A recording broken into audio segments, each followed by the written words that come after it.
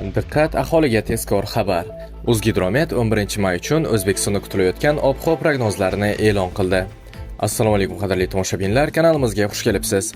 Videodan to'liqroq xabardor bo'lishni istasangiz, oxirigacha ko'rib, like va podpiska tugmalarini bosib qo'yishni unutmang. Diqqat qiling. Bunga ko'ra Qoraqalpog'iston Respublikasi va Xorazm viloyatida havo o'zgaruvchan bo'ladi, ayrim joylarda qisqa muddatli yomg'ir yog'ishi mumkin. Harorat kechasi 10-15 daraja, kunduzi 23-28 daraja iliq bo'ladi. Buxoro va Navoiy viloyatlarida havo biroz salqinlashadi, ayrim hududlarda yomg'ir va momaqaldiroq kuzatilishi mumkin. Harorat kechasi 12-17 daraja, kunduzi 25-30 daraja bo'ladi.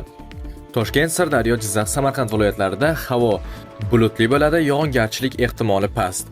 Harorat kechasi 10-15 daraja iliq, kunduzi 24-28 daraja iliq bo'ladi. Qashqadaryo va Surxondaryo viloyatlarida havo iliq va quruq bo'ladi, ayrim joylarda shamol kuchayishi mumkin. Harorat kechasi 14-18 daraja iliq, kunduzi 28-33 daraja iliq bo'ladi.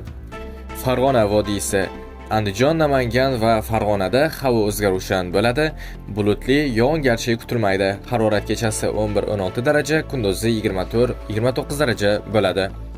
Do'stlar, shu va shunga o'xshash yangiliklardan birinchilardan bo'lib xabardor bo'lishni istasangiz, kanalimizga obuna bo'ling va bizni kuzatishda davom eting.